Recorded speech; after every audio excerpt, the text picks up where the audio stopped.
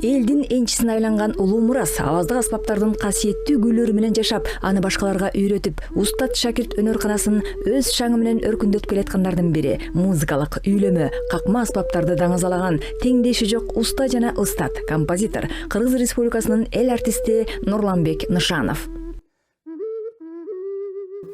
Мисалы үчүн мен бала кезде атын укканым болбосо көргөн эмесмин. Алгачкы ирет мына ошо 87-жылы көрдүм деп атам.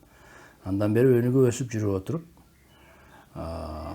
35-40 жылга чукул аралыктын ичинде бул бүткүл Кыргызстанга белгилүү аспаптардан болуп калды. Бүгүнкү күндө бардык музыкалык мектептерде чопо чоор окутулат. Андан тышкары өз көркөм чыгармачылыгында, ар кандай кружоктордо дагы чопо чоор кеңири колдонуп, кеңири үйрөтүлө турган аспапка айланып калды. Себеби биздин бардык аспаптардын ичинен чопо чоор үйрөнүүгө эң оңою. Анткени мунун үнү даяр. Үйлөгөндө эле үн чыгат. Анан көзөнөктөрдүн саны да чектелүү, анан диапазону чектелүү. Бир октавадан бир аз ашат. Ошондуктан муну үйрөнүп алуу көп кыйынчылык жаратпайт. Анан тембри абдан жагымдуу, үнү сонун, ошентип бүгүнкү күндө 40 жылдын аралыгында бул чопо чоор элге кайрадан кеңири жайылып, биздин маданий турмушубуздан өзүнүн татыктуу ордун алды десек болот. Нурланбек Нышанов 1966 жылдын 6-июнунда Жумгал районунун Чайек айылында төрөлгөн. 1983 жылы орто мектепти аяктаган соң Чаектеги кесиптик техникалык окуу жайына кирет. Өздүк көркөм чыгармачылыгынын активдүү катышуучусу болуп жүрүп, 1984 жылы Жумгал райондук маданият үйүнө жумушка кабыл алынат. Ал жерде темир комузчулар ансамблинин жетекчиси комузчу болуу менен бирге сыбызгыны өздөштүрөт. Чопо чоор ылайдын эки түрүнөн жасалат. Кызыл ылайлар болот, жана карапа, кумура жасалган ылайлар, ошол кызыл ылайдан жасалат. Андан тышкары жанагы фарфор жасай турган ак ылай болот, ак чопо. Ошол ак чоподон да жасалат. Эми экөөнүн аралашмасы андан да жакшы болот. Мына азыр мен жасап аткан чопо чоорлор бул ак чопо менен кызыл чопонун аралашмасы. Башканда кызгылт түскө ээ болот. Ак чопонун артыкчылыгы анын үнү жакшы болот, абдан тембри жумшак. Бирок анын жасалышында бир аз кыйынчылыктар бар. Өзгөчө бышканда ага 1000 градустан жогору эң төмөнкү чегир 1000 градуста бышат да. Ага көп энергия коройт. Ал эми жалаң кызыл ылайдан жасаса, анын бир кемчилиги бар. Бир аз ашкере бышып кетсе турган болсо, ал формасын жоготуп коет бышканда. Анан бирок ага энергия көп талап кылынбайт, жасаганда ийкемдүү абдан. Ошондуктан биз экөөнү аралаштырабыз. Экөөнүн жакшы касиеттерин сактайт.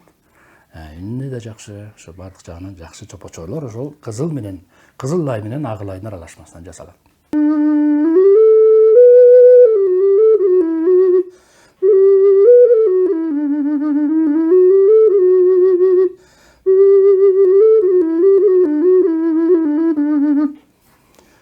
Бул эми чопо чоор деген аспабыбыз. Ылай чоор деп аталган илгерки замандарда. Бир кезде бул аспап фольклордук чөйрөдө гана кездешкен, балдардын ышкырык музыкалык аспабы болуп эсептелген.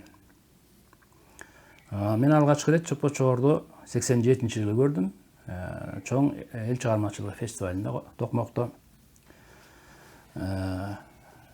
Баткен районунун Бужум айылынан Кахраман деген аксакал, Саламов Кахраман. Каараке деп коюшат экен. Мына ошол киши чопо чоорду алып келип, аны сахнага чыгып ойноду. Мен ошондо биринчи ирет көрдүм. Анын чопо чоору мындан да кичирээк эле, үйлөгөн жагы, үйлөгөн оосу өйдө карап турат. Анан кичине мындай конструкциясы анча башкачараак. Анан бул жерде 3 көзөнөгү бар. 3 көзөнөктөн 4 ар кандай добуш чыгат. Ошол 4 добуш менен кыска кайрыктарды кайрыганга болчу да. Мына ошол киши алып келип биринчи жолу ошол сахнадан көрдүм. Анан сахнанын артына барып тааныштым, чопо чоор жөнүндө кеңири сурадым. Анан баарын айтып берди калтырбай. Анан кечинде мейманканага барганда ал жерден анан чопо чоорун, анан ошонун жасаган курал-жарактарынан бери ала келиптир. Ошолордун баары мага тапшырды. Анан дагы калтырбай төкпөй чачпай айтып берди, кандай ылайдан кантип жасалат, анан кандай бышырылат. Анда мен айылда элем, айылга барып, ошого ылайык ылай издедим. Баары эле жарай бербейт. Анан ылай таап алып, ошондон жасап алгачкы чопо чоорумду жасадым. Анан эми 3 көзөнөк мени алым сындырбайт. Ал кезде музыкалык билимим деле жок, бирок аспаптарды ойночумун. Сыбызгы, комуз, ооз комуздардан. Анан бул чопо-чордон муну өркүндөтүп көрөйүн деп мындай 6 көзөнөк кылдым. Ошондо дагы 3 көзөнөк коштум. Анан бара-бара алдына бир көзөнөк коштум, кийин мына жагына дагы бир көзөнөк кошулду. Ошо менен бүгүнкү күндө чопо-чордун көзөнөктөрүнүн саны 8ге барабар болду. Бул үн өзгөртүүчү көзөнөктөр деп аталат. Андан тышкары мына жерде 4 бурчтук көзөнөк бар. Бул үн чыгаруучу, добуш чыгаруучу көзөнөк.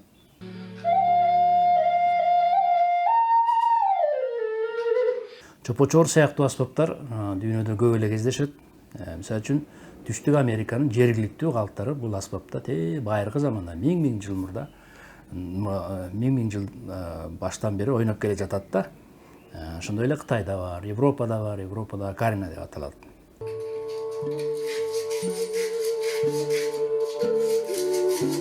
87-жылы ошентип алгачкы чопо-чорумду жасап алып, анан шаарга келип, Күрөнкеев атындагы музыкалык окуу жайга тапшыргам. Ошол жерден ойноп бергем. Анан ошол эле жылы, ошол окууга тапшырган жылы анан устаканага кирдим. Филармониянын алдында эксперименталдуу устакана ачылып, Сураган Айдаралиев деген агабыз ошону башкарып турган экен. Өзү Ташкентте практикадан өтүп келген, музыкалык аспаптар жасоо боюнча. Анан ошол кишинин жетекчилиги астында ошол устаканада иштеп, ушул чопо-чорду бышыра турган меш таап берди. Ылай жанагы керамика жасаган усталар менен тааныштырды.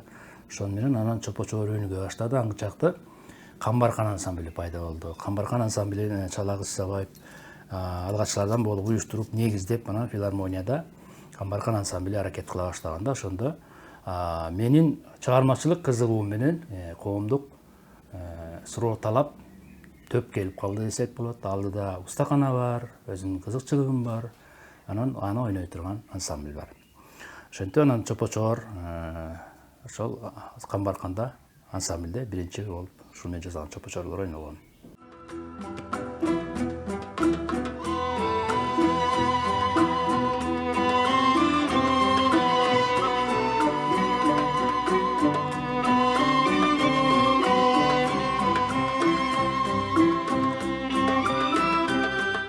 Мектепти бүткөндөн кийин филармонияда 2 жылдык студия бар экен, ошол жака тапшырдым. Анда устатым ошо Самара Токтаканова эже болду, эстердин эл артисти. Анан ал кишиден комуз үйрөнүп, аякта 2 жыл окудум. Анан мен 85-жылы филармонияга келип, ошол 2 жылдык студияга кирдим. 87-жылы бүтүрдүм да. Анан 88-жылы эле кайра Камбаркан жана фольклордук ансамбль түптөлүп калды. Ошо агай раматылык Чалагыз Исабаев агай түптөп калды да. Анан ошондо музыканттар, комузчулар керек болуп эле, анан мен аякты бүткөндөн кийин эле анан ошо Камбаркан ансамблинде иштеп калдык чогуу. Аякта көпкө даярдандык да, даярба элге алып чыкчакты. Анан ал кезде ошо Нурланбек дагы ошол Камбаркан ансамблин түзгөнгө эң чоң салымын ошол Нурланбек кошту да. Ал жана үйлөмө аспаптардын баарын тең бүт баарын кайра күүлөп, алар ошо Украинадан бир жактан жасатып келишкен да, агайларчы, ошол Чакен агайлар. Анан ошонун баарын алып келгенден ал кезде сыбызгы жасап келишти окшойт, ошол жактан алып келген. Анан ошонун баарын кайра ансамбльге окшоштуруп күүлөп, баарын ошол Нурланбектин салымы чоң да. Ага чейин эле ошо чопо-чорлордун баарын кайра калыбына келтирип жазап, ошол ансамбльге кошкон да. Ошондо ошол жактан таанышып, анан ошол жактан экөөбүз үйлөндүк. Эми жубайым чопо-чорду формага салып, мага даярдап берет. Мен калган каткан жасайм, көзөнөктөрүн көзөйм, сүрөттөрүн тартам. Анан монтип кургагандан кийин бир сыйра күүлөйм. Күүлөгөндөн кийин бышырабыз, алып чыккандан кийин дагы бир сыйра күүлөйбүз. Ошо менен чопо-чор даяр болот. Атайын электр меш бар. Ошо электр мешке салып туруп эле, анан кийин саат менен анан мындай көзөнөгү бар, ошондон шкалап карап турабыз. Электр тобу ар кандай келет. Кышында баягы деңгээлден аз болуп калат, анда кышында мисалы үчүн 2,5 саатка чейин бышырган учурлар болот. Жайында электр көбүрөөк болгондуктан тезирээк бышат. 2 саат, 1 саат 45 мүнөттүн аралыгында бышып калат. Көп эле жыл болду. Азыр мага мындай эле айтып коет. Мисалы үчүн биз 7 нотада жазайбыз да. Анан мисалы үчүн Лиядан мынча керек, мындай заказ түштү, мындай деп анан мен баарын жазап коем. Анан өзү эле калган баягы көзөнөктөрдүн көзү сүрөтүн тартат, анан эң башкысы күйлөйт да, ушу күйлөгөнү өзү жасайт баарын. Бышырбай эле ойной бергенге болбойт. Себеби деген оозуна салып мындай шилекей болот, бул сууланат да, анан бул эзилип кетет ооз. Ал жерде ылай да бул. Ылайды сууласаң эзилет. Ошол сыяктуу да, ошон үчүн бышырган. Эми карапаны жаралганына канча жыл болсо, карапа жасап бышырып келе жатат. Ошол замандан бери эле келе жатат. Ушул чопочорго окшош аспап ышкырык да, балдардын ышкырыгы. 12.000 жыл мурда жасалган экен, Кытайда археологиялык казууларда табылган. Ошол эң алгачкы чопочордун үлгүсү болуп эсептелет. 12.000 жыл мурда жасалган да, ошондо коло доорунда. Анан коло эмес, жез доорунда. Анан мынакей. Ошондон бери мына бизде дагы сонун болуп азыр өнүгүп, элге кеңири жайылып калды. Европада бар акарина деп аталат бул аспап.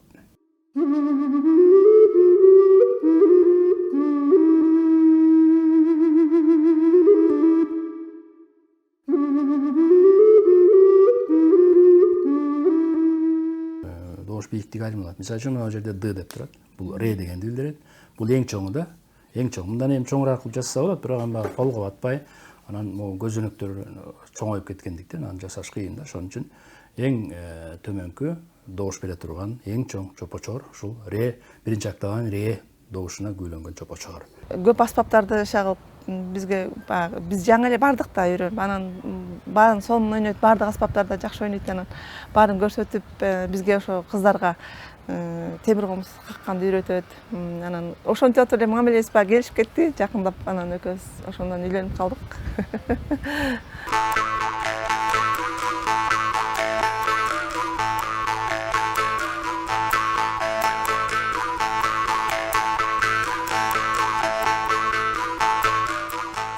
Үлгүлүү үй бүлө. Ал үйдө көп жылдар бою сабырдуулук, түшүнүү, акылмандык жана жубайлардын бири-бирине колдоо көрсөтүп жашагандыгынын натыйжасы. Алар бүтүндөй симфония, бири-бирин толуктаган нота, өз бактысынын чыгармачылык бийиктиктердин ачкычын эмгектен тапкан кош жылдыздар. Айтор ажайып гармония жараткан Нурлан Нышанов жана Гүлбара Байгашкаева. Бири-бирин түшүнүү, анан колдоо. Мисалы үчүн Нурланбек болсо аябай кыргыздын музыкасы үчүн эң чоң салымын ат көтөргүс эмгек кылды да, мындайча айтканда. Анан эми ошолго кандайча болсо дагы күнбү түнбү жардам бербесе ал мынчалык эме болбой калат да, чынындачы. Анан ошол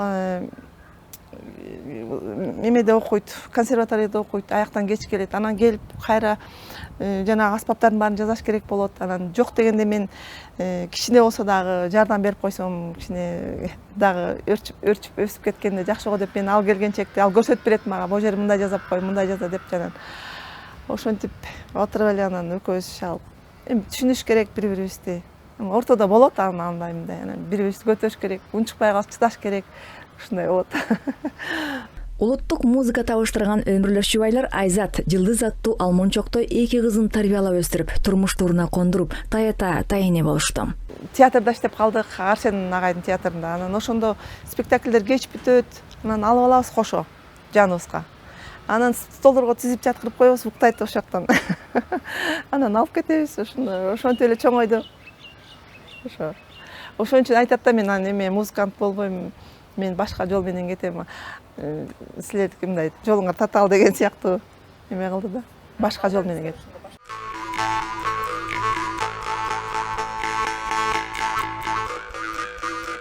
Этаж үйдө жашадык. Ал кезде эки жакта жүрдүк да, анан этаж үйдүн бир чети жакшы болчу, коопсуз болчу да. Бекитип коесуң, анан кете бересиң. Анан улам жашың өйдөлөгөн сайын этаж үйдө жашаш кичине эмерээк, камалып эле отурасың. Мындай жер үйдө болгондо жакшы экен, эшикке чыгасың, огородун карайсың, гүл тигесиң, ошонун баары эле сага бир жакшы нерсе берет да.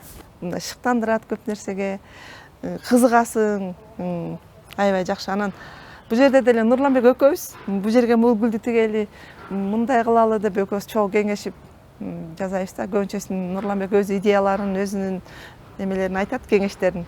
Анан ошо боюнча экөөбүз чогуу жасайбыз.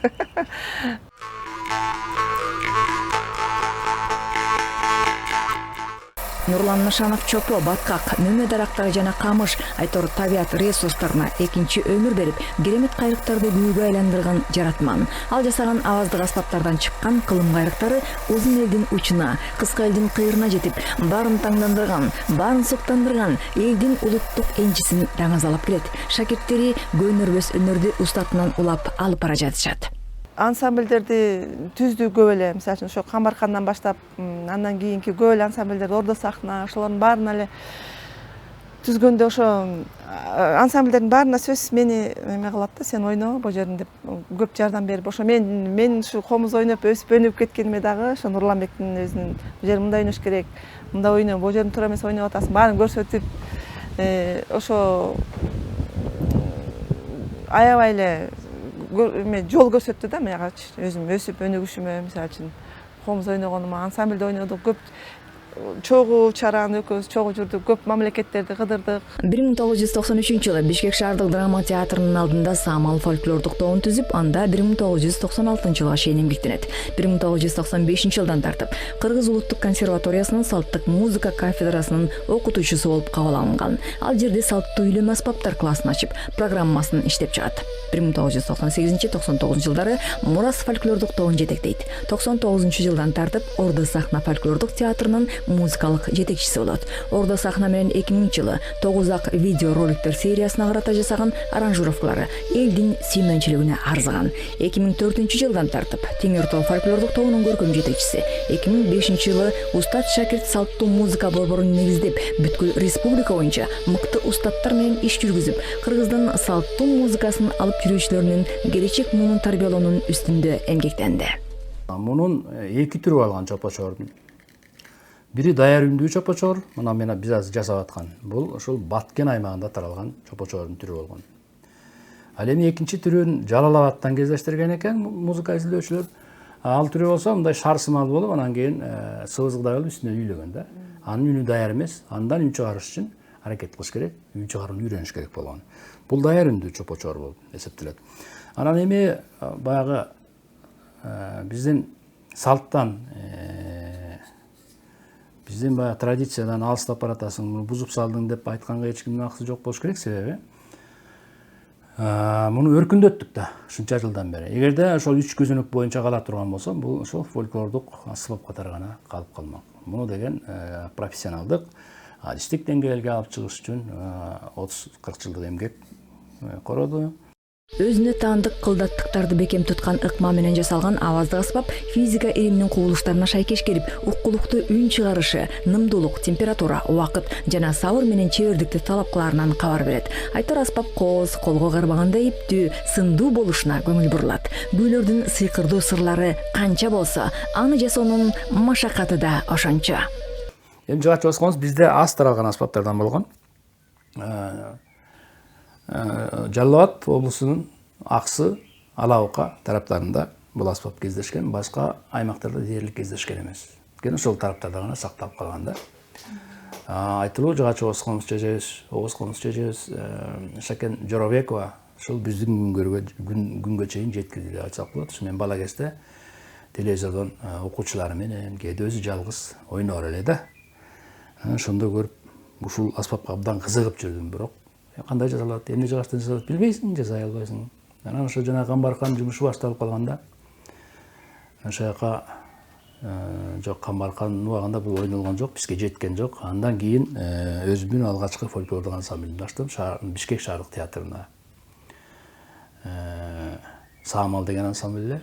Анан ошол жерге жаңы ансамбль ача баштаганда Гүлсүн Мамашева жерге жолугуп калдым. Анан ошол кишиден сурандым мен. Эми сиз алабыкалыксыз, мага жыгач Оғыз комуз таап бериңиз десем, алдырганбы, барып алып келген, барганда ала келгенби, айтор мага жыгач Оғыз комузду берди.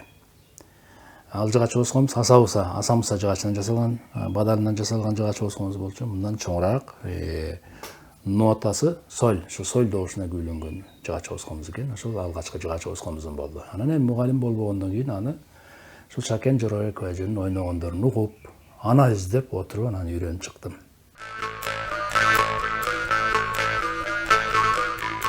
Менин колумдагы жыгач Оғыз комуз дагы бөрү караат бадалынан жасалган. Бул бадал кыркылат дагы анан кийин бир 2-3 жыл аралыгында кургат. Кургагандан кийин анан монтип жука тактай чагылып, анан кийин арга жеринен белгилеп алып туруп, анан мунун боорунан тилин кесип, тилин чыгарабыз. Анан тили монтип термелет дагы, ооз көңдөй баягы резонатордун ролун аткарат. Тизгини дейбиз. Мынтип чыпалак кыйлып, анан кийин колго алып турабыз. Муну боосу дейбиз. Ушул боосун тартып, анан кийин бул боосун тартканда тили термелүүгө келет дагы, ошондон анан үн берет. Ал эми күү чыгарыш ал өзүнчө маселе. Күү чыгарган, күү ойногондо биз музыканын тили менен айтканда табигый добуш катарын колдонуу менен, башкача айтканда обертондорду колдонуу менен күү ойнойбуз. Мындай салт бизде абдан өнүккөн, өзгөчө темир комузда, ал эми жыгач ооз комузда бизден башка эч ким күү ойнобойт. Көп эле элдерде кездешет. Мисалы үчүн Кытайда, Японияда, Түштүк Азияда бул аспапты бамбуктан жасайт. Ошол бамбуктан жасаган жыгач ооз комуздар мындай үн бере албайт. Бир эле жыгач ооз комузду алып, алар күү ойной албайт да. Ал эми бизде күү ойноо салты өнүккөн. Обертондор бул өзүнчө чоң илим, музыка илиминин бир бөлүгү. Ал эми биздин ата-бабаларга ошондой шык жөндөм буйруган экен. Ошол обертондорду колдонуу менен күү ойношот да. Анан күү ойногондо жыгач ооз комуздун күүлөрү дагы керемет. Жаратылышты сүрөттөйт, жан-жаныбарларды сүрөттөйт. Анан тарыхый инсандарга арналган да күүлөр кездешет. Бир тарыхый окуяларга арналган күүлөр кездешет. Бирок көбүнчө жаратылышка арналат да. Мисалы үчүн жайлоодо күкүк, жорго деген. Мен азыр жорго деген күүнү аткарып берейин. Ошол жоргонун жүрүшүн мыкты сүрөттөгөн күү да, элдик күү.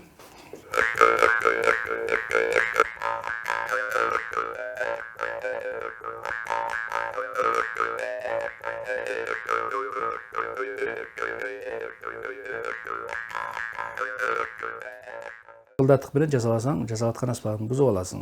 Мына жердин калыңдыгы, мына эки тербелип аткан тилдин калыңдыгы, анын туурасы бардыгы чоң роль ойнойт добушка. Миллиметрге эмес, миллиметрди онго бөлүп туруп ошол менен иштейсиң да. Бул дагы байыркы аспаптардын бири. Бул окумуштуулардын эсеби боюнча 5000 жыл мурда пайда болгон дейт. Археологиялык казууларда ушу жыгач ооз комуздун сөөктөн жасалган түрүн табышкан экен. Ошого 5000 жыл болгон дейт да. Ошондо коло доорунда жасалган аспап болуп эсептелет. Ал эми темир комуз баараганда жаш, анын жаралганына бир 2300 жыл болду дейт. Себеби темир комуздун тили сөзсүз түрдө болоттон жасалат. Анан болот кеңири жайыла баштаган заман ошол экен. Ошол 2000 жылдан ашык, 2500 жылдан бери карай келе жаткан аспап да темир комуз. Ал эми мунун тарыхы андан 2 эсе узак болот. 5000 жыл. Жөнөкөй эле аспап бир караганда. Бурулча Осмонбек кызы деген апабыз болгон. 19-жылдын аягында жашаган, 20-жылдын башында дүйнөдөн өткөн. Эң чоң ооз комузчу, темир комузчу. Өзү Көлөрөнүнөн чыккан. Ошол кишинин айтканы бар.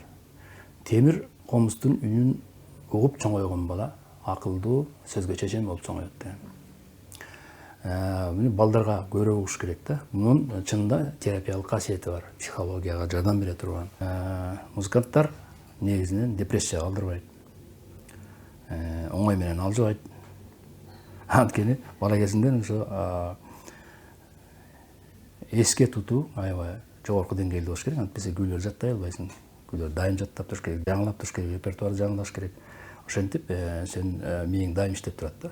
Нурлан Нышанов 2012-жылы окуу жайлар үчүн тилдүү, какма жана үйлөнмө аспаптар үчүн Хрестоматия, 2012-жылы балдар салттуу музыка ансамбльдери үчүн партитуралар жыйнагы китептерин жарыкка чыгарат.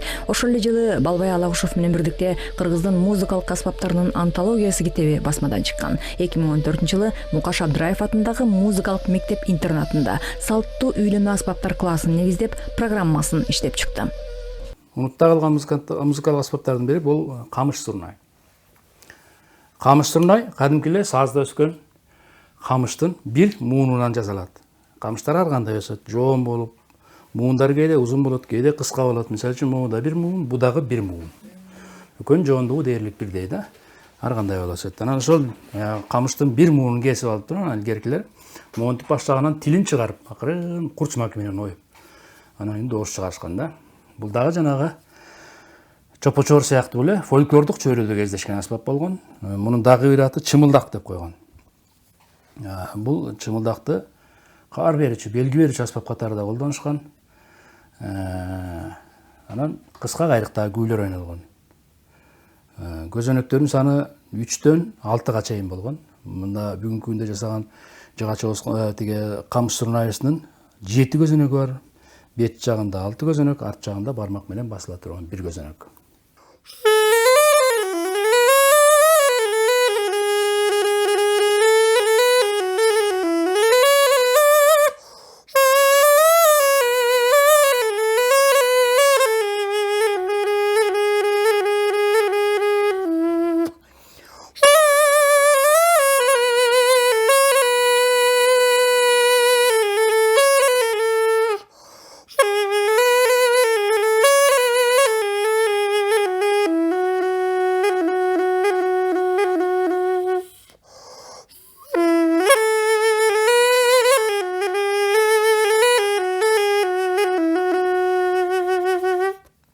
Бул жоголуп кеткен аспаптарды кайра жаратуунун бир кыйынчылыгы, муну эч ким жасабаса, анан сен башынан баштап кайрадан ойлоп чыгып жасоо абдан кыйынга турат экен.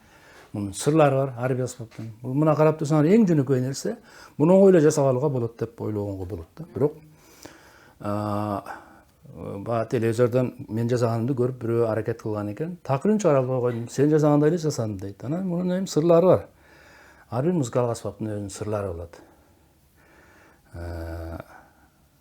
Ошол сырларын ачмайынча бул аспаптар үн бербейт дедим. Анан мен көп эле жасадым. Мына жерде толтура камыштар бар.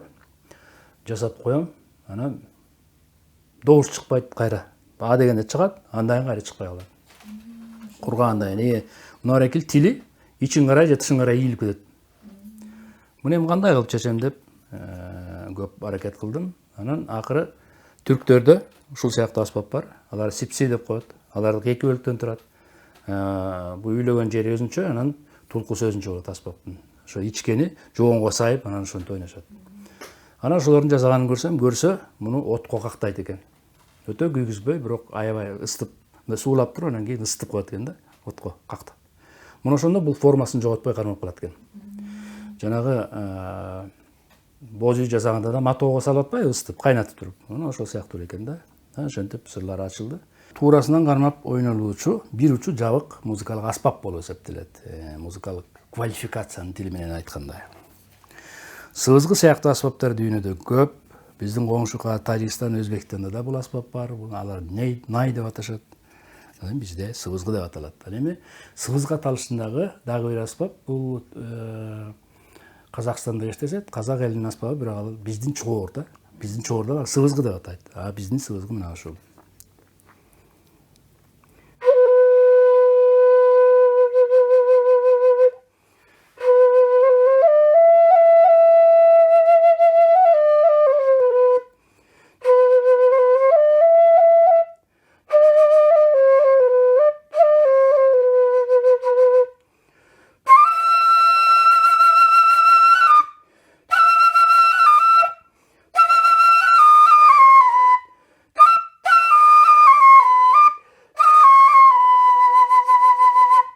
Сыбызгы илгери 6 көзөнөктөн болгон. Мына үн өзгөртүүчү көзөнөктөрдүн саны 6га барабар болгон. Ал эми бүгүнкү сыбызгыда 10 көзөнөк бар. Бул 10 көзөнөккө өткөн себебибиз ушул 20-жылдын аяк жагында Камархан ансамбль түзүп атканда ушундай формага салып бир украиналык уста жасап берген. Мен алгач үлгүсүн бергем сыбызгынын. Анан кийин музыканттар алдарга жагып калды, себеби мындан бардык наачыларды ойной берген ыңгайлуу да. Бул өзү Европанын системасы. Мына экөөнүн айырмасы бар. Көрдүңөрбү? Бул ичке, бул жоон, бирок экөө бирлерин да. Бул дагы сойл сыбызгы, бул дагы сойл сыбызгы, сойлдун ортосуна күлүнгөн сыбызгы. Муну кошуш үчүн биз ичине түтүк салып атабыз, а бул ичкени кошуш үчүн тышына түтүк коюп атабыз. Мындай кылып. Ушундай түрдүү варианттарда жасалып атат. Мына бирекини түтүгү Түркиядан келген, ушундай даяр болуп, мен Түркияда бир уста досум бар, ошол былтыр келгенде ала келиптир. Ушундай ичке кылып. Биз мынчалык ичке кылып бүгүнкү күндө түтүктү даярдай албай атабыз. Буга атайын технология керек да. Түркиядан алып келди эле, ушул түтүктү жанагы Аскар деген шакиртиме берсем, мынандай кылып жасап келиптир. Сыбызгынын өзүнүн күйлөрү бар, чоордун өзүнүн күйлөрү бар. Тилекке каршы ошо күйлөрдүн көбү сакталбай калган да. Бизге аты жетип, заты жетпей калган да. Аз да запистер. Мисалы үчүн чоор күйлөрүнөн бир 20дай эле күй бар. Радионун алтын казынасында. Бул деле болсо чоң байлык, себеби көп күйлөрдү биз укпай калдык. Аттары эле жет да, өзүн билбейбиз. Сыбызгыдан дагы болгону 4-5 эле күй бар. Радионун алтын казынасында. Нурлан Нышанов композитор катары көптөгөн жеке аспаптар үчүн жана ар кандай ансамбльдер үчүн жазылган чыгармалардын автору. Кино жана театр үчүн бир канча музыкаларды, анын ичинде чет өлкөлүк кино үчүн да жараткан. Маселен, Беш кемпир, Чоорчу, Ханышанын көз жашы, Кожо жаш. Ошондой эле түрдүү добуш бийиктиктерине көйлөнгөн темир комуздар үчүн жазылган Жаңырык, Жыгач, Ооз комуз жана темир комуздар үчүн жазылган Жаңылык аттуу керемет чыгармалар бар. Америка, Германия, Англия, айтор дүйнөлүк сахналарда уникалдуу триумф көрсөткөн жаратман. Көптөгөн элдик өргүүлөрдү түрдүү топтор үчүн оригиналдуу иштеп чыккан залкар музыкант, устат жана уста. Биздин элдик музыканы кеңири жайылыш керек. Биздин элдик музыка абдан бай. Биздин аспаптарыбыз абдан ар түрлүү. Бизде сонун тембрлер бар, сонун залкар күйлөр бар. Тилекке каршы жеңил жанрларга качып, биздин залкар күйлөр көп ойнолбой калды, тарыхый күйлөр ойнолбой калды. Бул жагын дагы эске алып туруп, колго алып, атайын бір программалар түзүп, теледен, радиодон ошол күйлөрдү тарыхын айтып бериш керек. Концерттерге чыгарыш керек. Залкар сонун комузчуларыбыз бар. Күйчүлөрүбүз бар. Ошолор жалаң эле баягы кол ойнотмо, анандай шайыр шаңдуу күйлөр эмес, ошондо адамды ойго сала турган кара күйлөр дагы көбүрөөк ойнолуш керек. Ал жаңырып турушу керек. Биздин мурастарыбызды баягы музейдин экспонаты катары гана сактабай, аны өнүктүрүп өстүрүшүбүз керек. Заман талабына ылайыкташыбыз керек. Ошон үчүн жана музыкалык аспаптарда өркүндөп атат да. Мисалы үчүн чопочор. Бүгүнкү күндө мына дүйнөлүк классиканы ойноп атат деп атабыз. Бул өстү, өркүндөдү. Ошондой эле тил дагы өнүгөт. Тил жандуу нерсе. Тилге дагы жаңы сөздөр кошулат, жаңы терминдер кошулат. Тил дагы байыш керек. Тилчилер бул тилди да өнүктүрүүсүндө иштеши керек. Нарк дейбиз. Нарктын негиздери биздин макалдарда жатат. Ошол чыгармачыл адамдарга, колунда бар адамдарга, өзүн баягы элдин алдымын деп эсептеген адамдарга айтар элем. Улук болсоң кичик бол дейт. Канчалык бийик болсоң ошончолук жөнөкөй бол деген сөз да.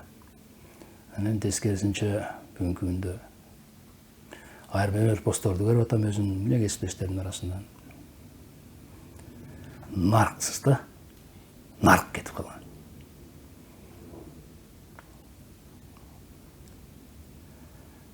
Макал лакаптарда жатат көп нерсе. Ошондон эле баштаса жеткиликтүү кыска нуска кылып берген да ата бабабыз. Мына мону карман кылат.